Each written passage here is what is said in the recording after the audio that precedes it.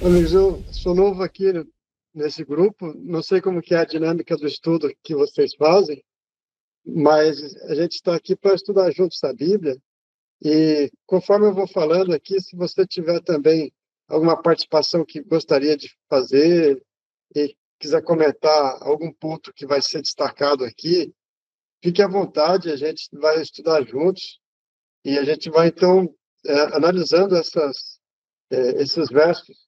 São dois capítulos, evidentemente não tem como a gente ler tudo e analisar tudo, mas vamos passar por algumas questões importantes aí, fundamentais desses dois capítulos. E eu já, quando estava lendo eles aqui, eu estava me lembrando dessas notícias que a gente viu nos últimos dias sobre a Síria, e a realidade ali é que aquele ditador que comandava o país, ele foi tirado de lá. E as pessoas, de certa forma, celebraram esse fato, esse evento. Havia muitas pessoas presas em prisões terríveis, subterrâneas, sem ventilação. E quando aquelas pessoas foram libertadas de lá, houve alegria, houve júbilo naquele país. Familiares foram ver aqueles que há muito tempo estavam procurando. E houve realmente festa em muitos lugares daquele país. O que o Apocalipse 18, 19 está falando para a gente é que vai cair um poder ditatorial, um poder do inimigo que oprime o povo de Deus, e esse poder está prestes a cair. E tão logo ele caia, vai haver uma grande festa, um grande júbilo. Na nossa realidade do mundo que nós vivemos, o que acontece é que um poder opressor ele é derrubado, mas logo em seguida um outro poder opressor toma conta daquele espaço e, na verdade, o que era uma ideia de libertação, um sonho de liberdade, se torna novamente num outro sistema de opressão, às vezes diferente, mas também que faz as pessoas sofrerem. Agora, o que Apocalipse 18, 19 está falando para a gente é que esse poder opressor maligno que foi estabelecido já há muito tempo, ele vai cair e não vai demorar. E o fato é que vai ser colocada uma outra realidade, um outro poder, que é o poder que vem de Deus, que vai libertar de fato as pessoas de todo tipo de opressão que elas sofrem nesse mundo. Então, eu gostaria de convidar você, já que lemos juntos Apocalipse 18, verso 1, vou ler aqui na minha Bíblia, que diz o seguinte: depois destas coisas, vi descer do céu outro anjo que tinha grande autoridade, e a terra se iluminou com a sua glória. O Apocalipse 18, ele começa nos falando de um anjo de grande poder, que ele faz com que a terra inteira seja iluminada com a sua glória, com a sua manifestação. Lá no capítulo 14, nós vemos que três anjos, eles voam pelo meio do céu, e esses três anjos, eles representam o povo de Deus anunciando uma mensagem de salvação, uma mensagem também de juízo que vai impactar o mundo inteiro. E esse quarto anjo do Apocalipse, que aparece aqui então no capítulo 18, ele é um anjo que vem para dar poder, para impactar ainda mais o mundo com essa mensagem dos três anjos anteriores. Então, é o que Ellen White chama de um alto clamor. É aquela mensagem, a mesma mensagem dos três anjos de Apocalipse 14, só que pregada com grande intensidade. E toda vez que os servos de Deus estão reunidos, né, seja numa igreja, ou seja de uma maneira como essa que nós estamos aqui online, e a mensagem de Deus é pregada, é essa mensagem dos três anjos que está sendo levada ao mundo, e a gente está fazendo parte desse movimento profético que está anunciando o evangelho eterno e, ao mesmo tempo, a queda de Babilônia, o julgamento que vai cair sobre o mundo que se afasta de Deus e, ao mesmo tempo, a salvação sendo disponível a todo o povo de Deus. Então, olha o que diz Ellen White no livro Grande Conflito. página 508 e 509. Ela fala sobre como que vai ser, então, esse quarto anjo iluminando a terra e promovendo o alto clamor. Ela diz o seguinte aqui, olha: servos de Deus com o rosto iluminado, irradiando uma santa consagração, se apressarão de um lugar para outro para proclamar a mensagem do céu. Por milhares de vozes será dada advertência. Haverá milagres, os doentes serão curados, sinais, maravilhas vão acompanhar os que creem. E os habitantes da terra terão que tomar uma decisão. A mensagem será levada avante, não tanto por argumentos, quanto pela convicção profunda do Espírito de Deus. Os argumentos vão ser apresentados, diz Ellen White, mas a semente foi semeada e agora germinará e frutificará. Então, imagine você, cada vez que você distribuiu um livro Grande Conflito, cada vez que você se reuniu para estudar a Bíblia, como nós estamos fazendo aqui, você tomou parte dessa mensagem, desses anjos que estão levando a palavra de Deus. E vai chegar um momento que não vai adiantar mais falar, né? Apenas aquela convicção que nasceu no coração das pessoas, desse momento de estudo da Bíblia, da leitura da palavra de Deus, dos livros inspirados, isso vai germinar, vai frutificar e vai levar as pessoas a tomarem uma decisão. E essa decisão, ela precisa ser tomada de uma maneira urgente. Porque diz aqui no capítulo 18, no verso 4, nós vemos o seguinte relato dizendo aqui, ó: ouvi outra voz do céu dizendo: retirai-vos dela, povo meu, para não seres cúmplices em seus pecados e para não participardes dos seus flagelos. Essa daqui é uma referência à Babilônia. Lá no verso 2, o verso 2 diz assim: caiu a grande Babilônia. Interessante que esse verbo caiu, ele está no passado. Mas na maneira como a Bíblia foi escrita, ao usar esse verbo no passado para algo que ainda vai acontecer no futuro, é uma forma de se expressar que significa o seguinte: que isso é tão certo, esse fato da queda de Babilônia é algo tão certo que isso vai acontecer, que ele já pode ser até escrito no passado como se tivesse já acontecido. Então, essa é a certeza que Deus nos dá, de que esse poder opressor, assim como os regimes opressores desse mundo, ele já caiu, já está fracassado, já está derrotado. Então, o que a gente pode ver é que isso já é dado como certo. Esse sistema ele vai cair. Agora, o que Deus nos fala em relação a esse sistema que vai cair? Qual que deve ser a nossa atitude? Como que a gente deve agir dentro dessa realidade? Então, se é certo que esse sistema maligno, essa religião, essa mistura de religião com política, com sistema de dominação das pessoas, da mente, do coração das pessoas, por meio de uma religião falsificada, a falsificação do verdadeiro cristianismo, que leva a um sistema de religião que desvia as pessoas da palavra de Deus e é oprimida por líderes religiosos que não têm o temor de Deus. Então, o que devemos fazer dentro disso?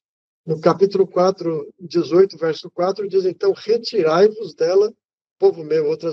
Outras versões falam, saiam dela, meu povo. A gente deve tomar uma atitude dentro disso, é uma atitude bastante séria e bastante necessária, que é a saída de Babilônia.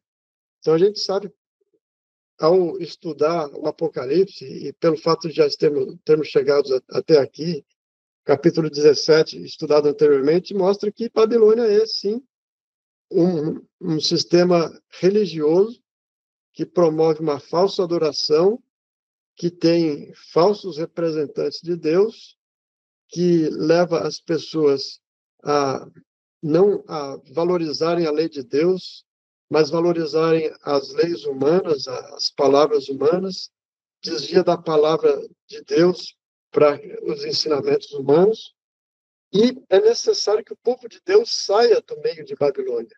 Essa Babilônia é formada tanto pelo cristianismo histórico que se corrompeu ao longo da Idade Média, quanto àqueles que desejaram também reformar esse cristianismo, mas essa reforma não foi levada a efeito e ficou pelo meio do caminho, quanto também manifestações de espiritismo, com as quais esses sistemas acabam se unindo por meio da imortalidade da alma, de outras crenças equivocadas, distorcidas da palavra de Deus.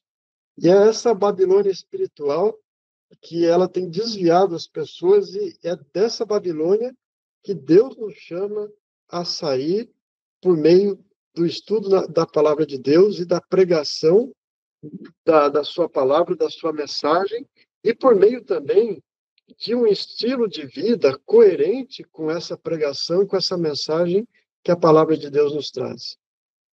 Então, até gostaria de conversar um pouco sobre isso com vocês, porque a saída de Babilônia, ela tem uma dimensão espiritual que é a preponderante, que é a mais importante, que é o que vai determinar os rumos da nossa vida. Mas essa saída, quando ela acontece do ponto de vista religioso, espiritual, ela também toma conta de outras dimensões da nossa vida. Porque Babilônia, ele é um poder religioso que se une, como nós estamos vendo aqui no capítulo 17, já foi visto e vamos ver também, se une aos reis da terra, se une aos mercadores da terra. Ela cria todo um sistema de vida que deixa as pessoas imersas dentro da sua pregação, dentro do seu estilo de vida, dentro da sua mensagem, e ela faz um sistema do qual seria quase que impossível sair dele sem prejuízo para a própria vida, para as finanças, porque o que acontece? Essa Babilônia, ela se une com todos esses poderes para administrar a vida das pessoas. Então, ela cria maneiras em que as pessoas elas se sentem, digamos assim, elas sentem que é necessário fazer parte de um sistema que vai lhes dar um acolhimento espiritual, um acolhimento financeiro, econômico. E lá no capítulo 13 de Apocalipse, fala que a besta que representa essa mesma Babilônia, ela iria chegar um momento em que iria proibir as pessoas de comprarem e de venderem, a não ser que tivesse uma marca sobre a testa ou sobre a mão. E isso representa uma falsa adoração em que as pessoas teriam que participar disso. E essa falsa adoração representa exatamente o falso sábado, que é a adoração ao domingo. Então, a adoração a Deus no domingo. E tudo isso, Deus ele nos diz, sai dela, povo meu. Então, a gente tem que sair disso espiritualmente, mas também tem outras dimensões que a gente deve sair.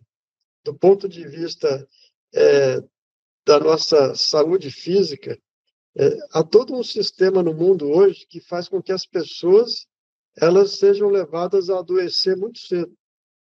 E é um sistema errado de vida, de alimentação, de estilo de vida, de uma forma sedentária de viver, de uma dependência extrema da tecnologia, dos meios digitais.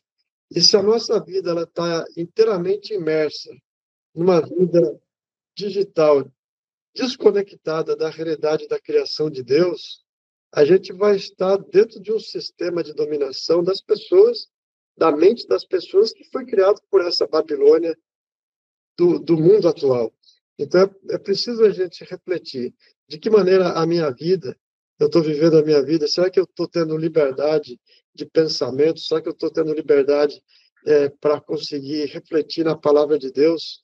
Ou eu estou sendo dominado por um sistema tecnológico que me faz desviar meu pensamento, a minha mente, meu coração da adoração ao verdadeiro Deus?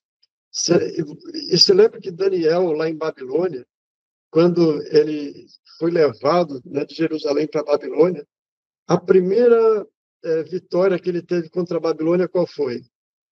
Foi uma vitória do ponto de vista da alimentação, porque ele foi tentado nisso. Babilônia ofereceu para aqueles jovens uma mesa repleta de alimentos sacrificados aos ídolos, que serviam como uma maneira de seduzir todas aquelas pessoas para que fossem servos fiéis de Babilônia. Então, o banquete de Babilônia era uma forma de seduzir aquelas pessoas para os valores de Babilônia. Então, o inimigo ele também promove hoje os banquetes de Babilônia para fazer com que o povo de Deus seja seduzido e a sua mente, então, não seja entorpecida para não conseguir entender as verdades espirituais que Deus ele quer revelar para o seu povo do tempo do fim. Então, Daniel ele venceu essa primeira tentação que ele teve em Babilônia, esse primeiro obstáculo. Depois ele foi vencendo outras lutas lá em Babilônia. E nós devemos sair de Babilônia, sair da dependência digital, sair da dependência do ponto de vista da saúde, de tudo aquilo que entorpece a nossa mente. Até, às vezes, fisicamente é necessário que a gente venha a sair também de Babilônia. Porque quando você vive em um lugar em que as pessoas ali têm valores completamente diferentes dos seus, e você precisa criar os seus filhos num ambiente saudável, você tem que refletir, será que até mesmo o lugar onde eu moro, esse é um lugar propício para eu estar, para que a fé da minha família venha a se desenvolver? Ou Deus tem um outro lugar para mim? Ou será que Deus tem outro lugar melhor? E essa saída de Babilônia, ela começa do ponto de vista espiritual, mas alcança toda a nossa vida, todo o nosso estilo de vida. E esse compromisso que a gente tem que ter com Deus para conseguir vencer os desafios de Babilônia no tempo do fim. E esse convite, ele é repetidamente feito, então, no Apocalipse: retirai-vos dela, povo meu, diz aqui a Bíblia, para não serdes cúmplices dos seus pecados e para não participar dos seus flagelos. Na escola, eu já tive situações em que estava junto com os colegas ali em algum momento e às vezes alguém fez alguma bagunça ali. E se você está com o grupo, né, se você participa de algum tipo de bagunça ali na escola com o grupo, é o grupo inteiro que vai ser julgado, é o grupo inteiro que vai ser castigado. E se a gente está vivendo no meio de Babilônia, participando de todos esses valores, a gente vai acabar sendo cúmplice desses pecados e acabar participando e tendo parte também nos flagelos que ela vai sofrer. E Deus não quer isso para o povo de Deus. Deus tem um plano muito maior, muito melhor. E olha só que coisa impressionante também que a gente encontra aqui no capítulo 18, verso 7, que diz assim, no final desse verso, Babilônia ela tem esse sistema religioso, muito orgulhoso, né? Elas costumam se vangloriar e dizer e sentir como se fosse eterna. Porque o objetivo dos criadores, desde a Torre de Babel, lá no passado, que vão se reproduzindo ao longo de todos esses falsos sistemas de adoração, é a ideia de que eles são um sistema eterno, um poder eterno que nunca vai ser derrubado, que nunca vai ser abalado, eles vão poder dominar o mundo por toda a eternidade. Isso nunca vai ter fim. Então, desde a fundação da Torre de Babel, passando por todos a Babilônia, a Medo-Pérsia, a Grécia, todos os falsos sistemas de adoração que foram colocados, os falsos sistemas de adoração da Idade Média e que chegam até o nosso dia, é de que isso nunca vai cair, de que isso vai ser eterno. E lá no final do verso 7 diz assim, Babilônia fala, viúva não sou, pranto nunca hei de ver. É a mesma sensação que tinha o rei Nabucodonosor lá em Babilônia, que dizia, essa é a grande Babilônia que eu criei para a glória do meu nome. Então, o sonho de Nabucodonosor era que aquela Babilônia fosse eterna, por isso que ele criou aquela estátua de ouro, da cabeça até os pés, representando um reino que nunca seria abalado, um reino que nunca passaria. Mas lá no verso 8, então, diz assim, por isso, em um só dia, sobrevirão os seus flagelos, morte, pranto e fome, e será consumida no fogo, porque poderoso é o Senhor Deus que a julgou. Ou seja, Deus, ele vê tudo isso que está acontecendo Babilônia foi esse poder que oprimiu os santos durante 1260 anos, na Idade Média, durante o predomínio do falso cristianismo, que oprimiu os verdadeiros cristãos, que levou essas pessoas para a morte, para o desterro, para o sofrimento, para a dor. E ao ver isso se repetindo ao longo de toda a história, isso acontecendo também em nossos dias, Deus ele fala, não dá mais. Chega uma hora que Deus, então, ele intervém com seu poder sobrenatural para quebrar esse poder opressor de uma vez por todas. E quando isso acontece, aqui a partir do verso 9 até o verso 20, é feito então um lamento sobre essa queda de Babilônia. E o lamento é feito tanto pelos reis da terra quanto pelos mercadores da terra. E quem são esses reis da terra, esses mercadores da terra? São os poderes políticos e também econômicos que dão sustentação a essa Babilônia, que é um poder religioso. Então, é a reunião disso tudo. Então, você vê que, no passado, Babilônia ela estava ali, era uma cidade assentada sobre o rio que passava no meio dela, o rio Eufrates, passando no meio da Babilônia. E então, quando os medo-persas desviaram o curso do rio, aquela água se secou e o exército inimigo invadiu a cidade de Babilônia. Então, aquela cidade caiu no momento em que estava fazendo um banquete, usando os utensílios do templo do Senhor para beber o vinho de Babilônia e oferecer um banquete, então, aos ídolos, aos falsos deuses que aquela Babilônia do passado adorava. E isso vai se reproduzir também nos nossos dias, de um ponto de vista escatológico, não mais localizado em um lugar, mas de um ponto de vista mundial. Esse falso sistema de adoração é apoiado por poderes políticos, por poderes econômicos. Ela tem uma influência que se espalha por toda a sociedade e vai alcançar a vida das pessoas em todo o mundo, já alcança e vai alcançar de maneira ainda mais intensa, sustentada por esses poderes políticos. Mas de uma hora para outra, esse poder vai ser quebrado. E quando os reis da terra, os mercadores, virem isso, eles vão se lamentar, eles vão chorar, mas eles vão retirar a sua sustentação para a Babilônia e ela vai ruir completamente. Isso vai acontecer por um motivo. Lá no capítulo 18, verso 4, diz assim, que o verso 24, porque nela se achou o sangue dos profetas, dos santos e de todos os que foram mortos sobre a terra. Então, tudo isso que aconteceu ao longo de toda a história, de todos os servos de Deus que foram perseguidos, que foram massacrados, a conta disso tudo vai ser, mais uma vez, colocada, então, sobre Babilônia. E ela vai receber, como diz a Bíblia aqui, em dobro das mãos do Senhor, tudo quanto ela fez de mal, de toda a perseguição que ela empreendeu contra os servos de Deus.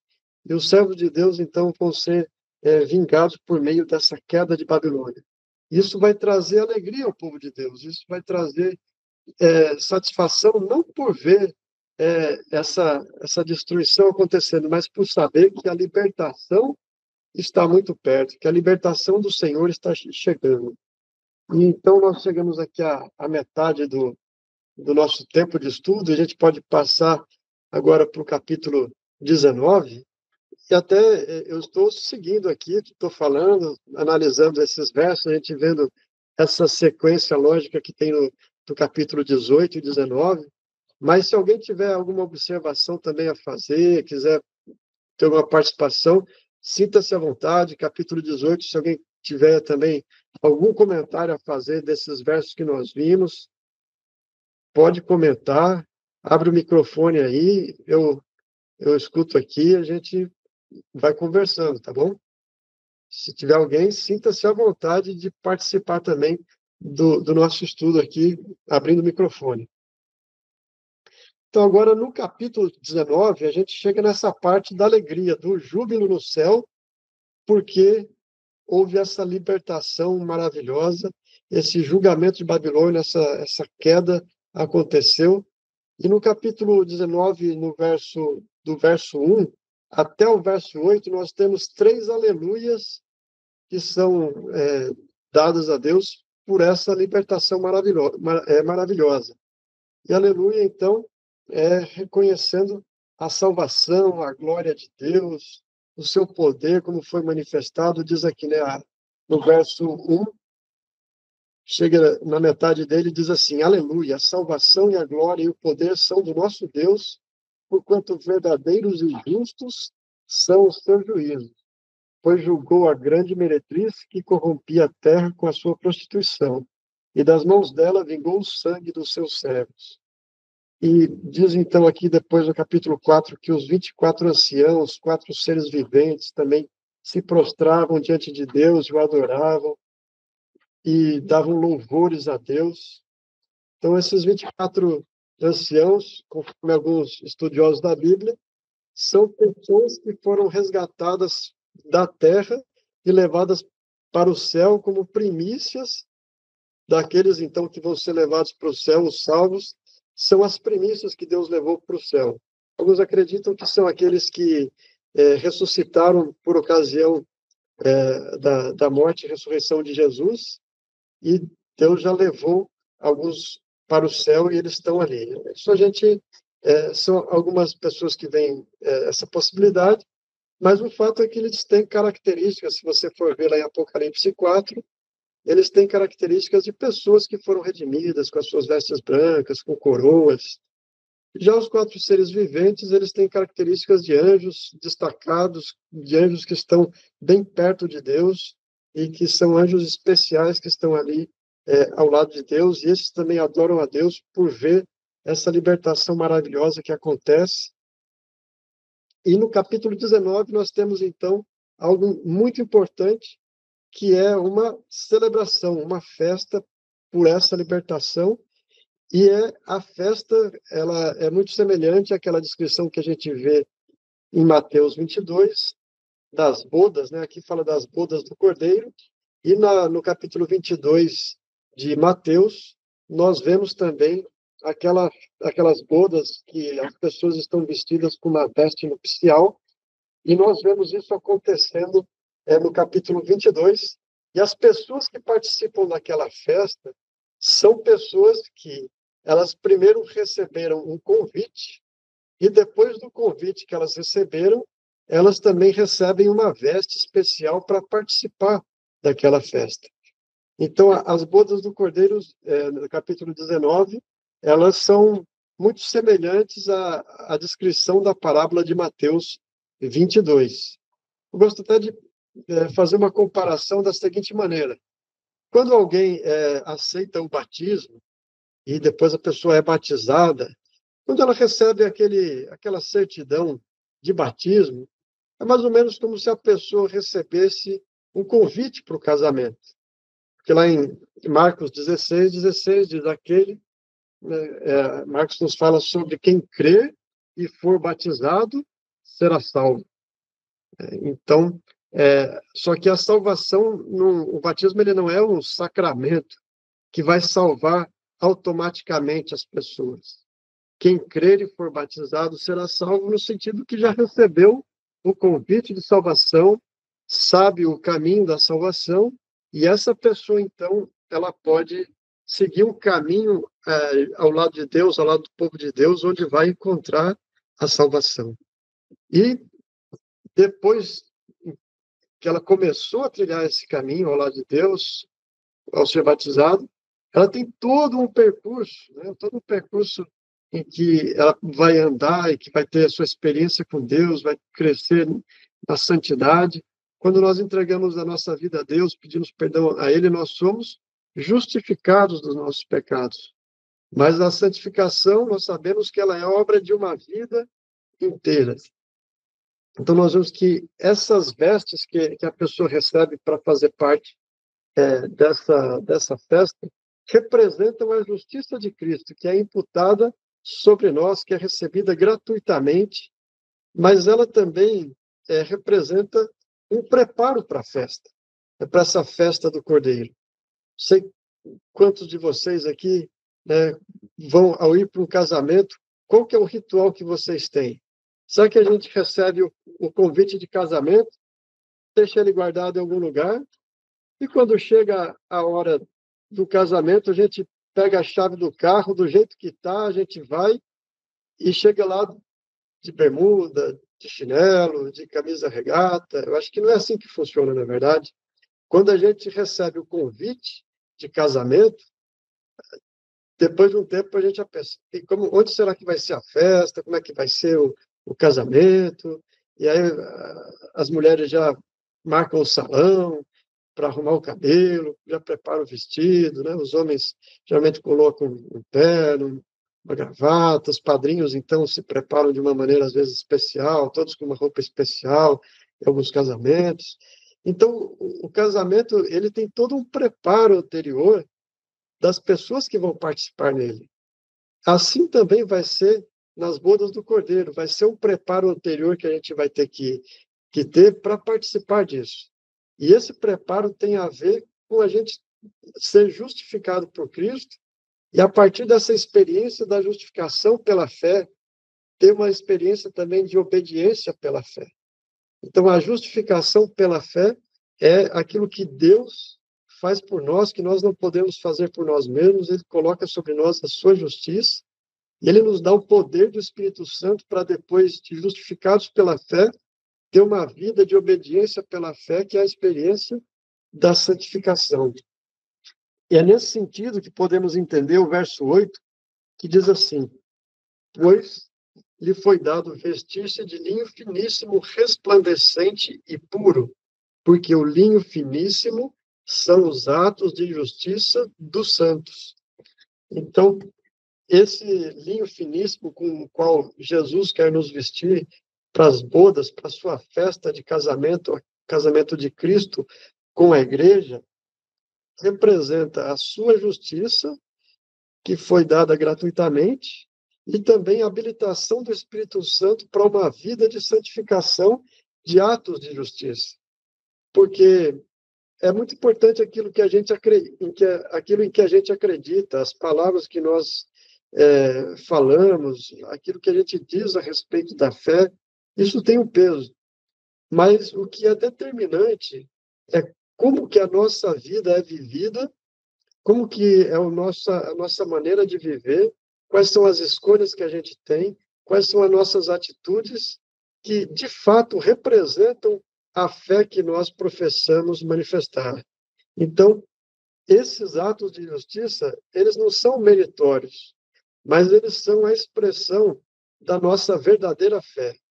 O meu verdadeiro eu não está naquilo que eu estou dizendo, não está naquilo que eu estou falando, naquilo que eu estou professando, mas o verdadeiro eu está naquilo que eu estou realizando a partir daquilo que eu digo. Então, a nossa verdadeira fé vai se manifestar de fato por meio das nossas atitudes. E é isso que Deus ele espera de nós nesse preparo para as bodas do Cordeiro. Ele tem toda a festa já preparada, ele tem tudo já reservado para nós. Então, é muito legal quando você chega numa festa e já tem ali um lugar especial que foi reservado para você, já tem tudo preparado, né? Todos já pensaram nos mínimos detalhes para que você se sinta bem ali. E se tem alguém que fez isso, é o nosso Deus em relação a nós. No Antigo Oriente Médio, os casamentos eles aconteciam assim. Primeiro, o noivo ia lá para a casa do pai da noiva, então ele pagava o dote. Então Jesus ele veio a esse mundo aqui de pecado e ele, com seu sangue na cruz, ele pagou o dote que foi pago ao próprio Deus, a lei de Deus, a sua lei santa e justa, e nos comprou para ele. Então, depois disso, quando o noivo ele pagava o dote para o pai da noiva, ele voltava para a casa dos seus pais, e lá ele preparava então um lugar em que ele ia viver junto com a sua esposa. Enquanto ele estava preparando o lugar onde eles viveriam, a noiva estava preparando o enxoval e também se arrumando, se adornando para a festa de casamento. E quando tudo isso estava preparado, o noivo saía da sua casa, ia até a casa da noiva, buscava a noiva e a levava, então, para a festa de casamento que aconteceria na casa dos seus pais. E essa dinâmica que é mostrada, que acontece aqui nas bodas do Cordeiro, que é retratada em Apocalipse 19. Então, podemos ter certeza que Jesus, tudo aquilo de melhor que ele tem para nós, já está preparado lá no céu, e o que é necessário que seja preparado também é o nosso coração, a nossa vida, na nossa mente que Deus quer trabalhar, é aqui onde acontece esse grande conflito entre o bem e o mal, e nós precisamos ter a mente purificada, preparada para poder participar deste casamento, dessa festa, vestidos da maneira correta com as vestes nupciais. E lá em Apocalipse 22, 14, fala daqueles que lavaram as suas vestiduras no sangue do Cordeiro. Pode parecer até contraditório, não é verdade? Lavar as vestiduras no sangue do Cordeiro, mas para que essas vestes fiquem realmente purificadas, elas precisam passar por esse sangue que Jesus derramou na cruz do Calvário por nós. E a nossa vida, então, ela vai ser totalmente purificada. E ainda nos diz aqui o capítulo 19, na sequência, o verso 9 diz assim: Então me falou o anjo, escreve, bem-aventurados aqueles que são chamados à ceia das bodas do Cordeiro. E acrescentou, são estas as verdadeiras palavras de Deus. Então aqui João, ele quando recebe essa mensagem, ele fica tão feliz, tão emocionado, que o seu desejo é se ajoelhar aos pés daquele anjo, adorá-lo, por receber uma mensagem tão maravilhosa. Mas o anjo fala assim, João, não faça isso. Eu sou conservo teu, eu sou criatura como você também é criatura. Eu sou conservo teu e dos teus irmãos que mantêm o testemunho de Jesus. Fala, adora a Deus, pois o testemunho de Jesus é o espírito de profecia. Então você vê aqui, esse anjo, ele rejeita a adoração de João. E por outro lado, você vê poderes terrenos que se colocam como querendo receber a adoração das pessoas, que se dão o direito de perdoar pecados das pessoas, de receber a confissão auricular, né? As pessoas confessando seus pecados a um mero ser humano mortal. E aqui o anjo, ele rejeita esse papel, ele rejeita receber adoração, ele se coloca como mais um servo de Deus, junto com João e com os cristãos. E ele diz assim, ó, mantenha o testemunho de Jesus, pois o testemunho de Jesus é o dom de profecia. Ele fala, João, não desista. Mantenha o testemunho de Jesus, siga testemunhando e siga levando à frente essa mensagem profética. O espírito de profecia é o testemunho de Jesus através dos profetas de Deus ao longo de toda a história. Ao longo de toda a história, Deus ele tem os seus profetas e ele manda uma mensagem para o seu povo, para preparar o seu povo para enfrentar as dificuldades de cada época da história. E não é diferente nessa última época da história que nós estamos vivendo. Deus continua mandando os seus profetas para orientar o seu povo, para preparar o seu povo para esse tempo tão desafiador, que é o tempo do fim que nós estamos vivendo. O espírito de profecia, nós recebemos, então, pelo espírito de profecia, nós recebemos mensagens que vão nos orientar, que vão nos alertar, abrir os nossos olhos para compreender a vontade de Deus para o seu povo no tempo do fim. E quando eu leio os livros de Ellen White, o livro Grande Conflito, História da Redenção, quando eu leio as suas mensagens nos livros sobre conselhos sobre o regime alimentar, quando eu leio o livro Educação, eu vejo ali em todos eles nitidamente uma mensagem que une tudo aquilo, que é um chamado para sair de Babilônia, que é um chamado para uma vida de santificação, que é um chamado para uma separação entre o povo de Deus e o mundo. Quando eu leio todas essas mensagens nesses livros todos, eu tenho a certeza de que Deus, por meio dessa mensagem profética, está nos conduzindo mais uma vez para voltar à Bíblia e encontrar os tesouros preciosos que Deus tem para nós para esse tempo. Então, a Ellen White, ela é mais um cumprimento, né, daquilo que Deus tem, dos seus dons reservados para o povo de Deus para o tempo do fim.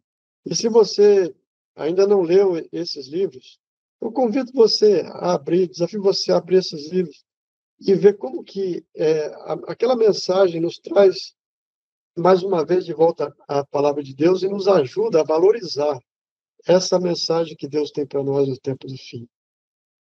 E nós podemos continuar essa leitura aqui ainda do verso 11 até o verso 21, que fala sobre Cristo vencendo a batalha final no tempo do fim.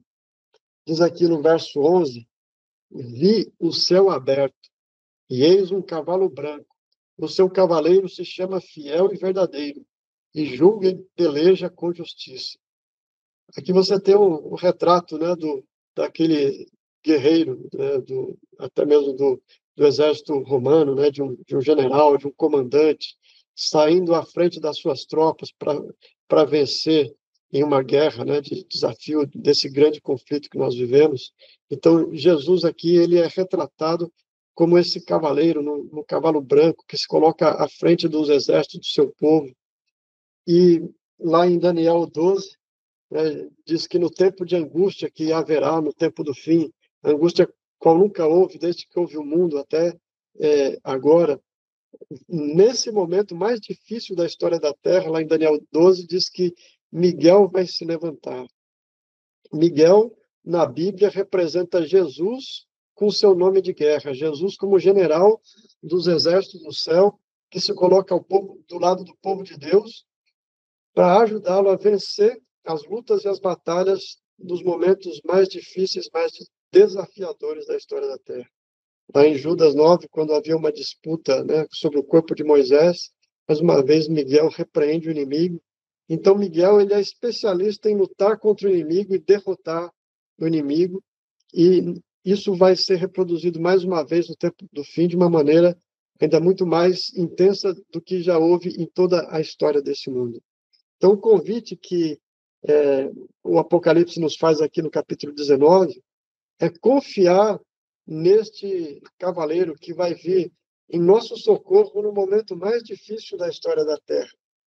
Diz aqui que ele pode ser identificado da seguinte maneira, no verso 13: está vestido com um manto tinto de sangue, e o seu nome se chama o Verbo de Deus. Então, aqui você não tem dúvida de que é, de fato, Jesus, né, como é descrito lá em João 1, capítulo 1, verso 1. E seguiam-no os exércitos que há no céu, montados em cavalos brancos, com vestiduras de linho finíssimo, branco e puro. E quando fala aqui que ele era seguido pelos exércitos do céu, não necessariamente representam aqui os anjos, mas o exército do céu somos todos nós que fazemos parte do povo de Deus, que nos colocamos ao seu lado, e nós já somos parte dessa realidade do céu. Apocalipse e o céu são todos aqueles que escolhem a Deus, as suas verdades, a sua revelação, ser fiéis a Ele, e que se vestem, então, desse linho finíssimo, né, que nós vimos já aqui anteriormente. Então, é Jesus lutando ao lado do seu povo no tempo do fim. Imagine que você passa por uma luta muito grande nesse momento. Você tem uma dificuldade muito grande a enfrentar. E você não sabe como resolver isso. Porque tem coisas que a gente passa na vida e você analisa por um caminho e é difícil. Parece que vai ser se você for por aquele caminho vai dar errado. E você vê um outro caminho e você analisa para isso aqui também vai dar errado. E você analisa uma terceira, uma quarta, uma quinta, uma sexta possibilidade, e parece que todas as possibilidades que você analisa, você não tem saída. É aquela realidade do Mar Vermelho. À frente o mar, atrás o inimigo, do lado as montanhas. Vai sair por onde? Vai fazer o quê? Que solução você pode arranjar para o problema que você está passando? E aí, nesse momento mais difícil, mais desafiador, você pode ter a certeza de que esse cavaleiro, o seu cavalo branco, ele está vindo ao seu socorro, o ajudando a atravessar o vale mais difícil, o vale mais sombrio, o vale mais desafiador, porque ele tem um caminho que faz você atravessar, se necessário, através das águas, através das montanhas, por entre os exércitos inimigos, através do deserto. Não importa qual é a estratégia que Deus ele vai criar para você, mas ele está criando um caminho que vai tirar você de Babilônia e levar até a Nova Jerusalém. E esse caminho Deus ele criou através do seu sangue derramado em nosso lugar e também pelo Espírito Santo que ele derrama no seu coração e no meu, que nos habilita a vencer as lutas, as provações, as tentações, que nos dá força para vencer o mal, que nos dá ânimo quando tudo parece desanimador, quando tudo parece difícil. E diz assim, ó, sai da sua boca, no verso 15, uma espada afiada para com ela ferir as nações, e ele mesmo regerá com cetro de ferro, e pessoalmente pisa o lagar do vinho do furor da ira do Deus Todo-Poderoso. Ou seja, esse Deus poderoso que nós temos através de Jesus, que com a sua palavra, que com a sua palavra santa, ele destrói todas as armas do inimigo que estão apontadas contra nós. Todas as armas que o inimigo quer destruir o povo de Deus vão cair, porque Jesus, ele vem em nosso socorro com a sua palavra. A palavra dele é capaz de repreender o inimigo, de destruir as obras do inimigo e de fazer o seu povo prosperar no tempo do fim, o tempo mais desafiador. Então, no verso 18 diz: tem no seu manto e na sua coxa o nome escrito Rei dos Reis e Senhor dos Senhores. Neste mundo, muitos querem se colocar como senhores, né, sobre os outros, muitos querem governar, dominar sobre as pessoas, querem estabelecer o seu poder, elevar o seu nome, a sua glória, mas acima de todos esses que querem se levantar com o seu poder, nós temos o Rei dos Reis e Senhor dos Senhores. E o mais importante é que ele reine no seu coração, que ele seja o Senhor da sua vida e que assim ele transforme o seu coração, a sua mente, a sua vida, para estarmos todos reunidos nessa festa, nessas bodas do Cordeiro, como nós analisamos. E nós chegamos aqui, então, ao verso 19, que diz o seguinte: e vi a besta, os reis da terra, com seus exércitos, congregados para pelejarem contra aquele que estava sentado, que estava montado no cavalo, e contra o seu exército. Então, nós estamos chegando, irmãos, num momento em que esta luta ela está se tornando muito intensa. De um lado, o povo de Deus está se unindo, está se reunindo, numa tentativa de buscar a Deus, de se santificar, de se afastar de Babilônia, de se purificar a mente, o coração, os pensamentos. E, por outro lado, o inimigo quer invadir a igreja de Deus, o povo de Deus, quer destruir a sua igreja por dentro, quer destruir a nossa vida por dentro, a nossa mente, o nosso coração, quer nos afastar da Bíblia, da oração, da entrega a Deus, e essa guerra está se tornando cada vez mais intensa. Mas temos a certeza de que este mesmo Jesus, que foi morto na cruz, ele não está morto, ele não está enterrado, ele ressuscitou, ele está lá no céu, e em breve ele vai sair de lá, com seus anjos para nos buscar e nos libertar de uma vez por todas dessa opressão que o inimigo ele quer causar na nossa vida. Esse afastamento de Deus que o inimigo quer causar na vida de cada um dos seus servos. E nós podemos ter a certeza que Jesus, ele está muito interessado em nos libertar. Muito mais interessado em nos libertar, porque ele deu por nós o seu sangue. Na cruz do Calvário, ele morreu, ele deu a sua vida, ele fez tudo aquilo que era necessário para nos levar para o céu. E agora nós temos a convicção de que ele vai voltar uma segunda vez. E quando ele voltar, o seu desejo é que nós estejamos com ele para sempre. Por isso, ele já providenciou o linho finíssimo, as vestes puras, ele já nos lavou com o seu sangue. Então, que o nosso desejo nessa noite seja buscar essa santificação em Deus, que a nossa mente seja purificada pelo sangue do Cordeiro, que o nosso coração seja abrandado pelo poder do Espírito Santo, que a nossa família seja abençoada com a presença de Deus, e que logo em breve, quando Jesus retornar, a gente possa erguer as nossas mãos para o céu e dizer: Senhor, eu estava aguardando esse momento. Que maravilha, que libertação, que coisa maravilhosa que o Senhor operou na minha vida. E esse é o desejo que eu tenho para a sua vida, para a minha vida, que Deus nos abençoe. Nós encerramos aqui esse estudo do capítulo 18, 19. Se alguém tiver algum comentário a fazer, se alguém quiser falar alguma coisa, sinta-se à vontade, pode falar. E, se não tiver também, tudo bem, nós vamos fazer uma oração encerrando aqui. Alguém gostaria de comentar alguma coisa sobre esses capítulos? Então, como ninguém abriu o microfone, ou pelo menos eu não ouvi ninguém aqui, vamos orar, falar com o nosso Deus. Santo Deus, amado Pai que está nos céus, nós te louvamos, agradecemos o Senhor pela maneira maravilhosa como o Senhor tem agido ao longo da história, como o Senhor tem guardado o seu povo, tem nos dado uma mensagem de ânimo, de força para vencermos as batalhas de cada dia.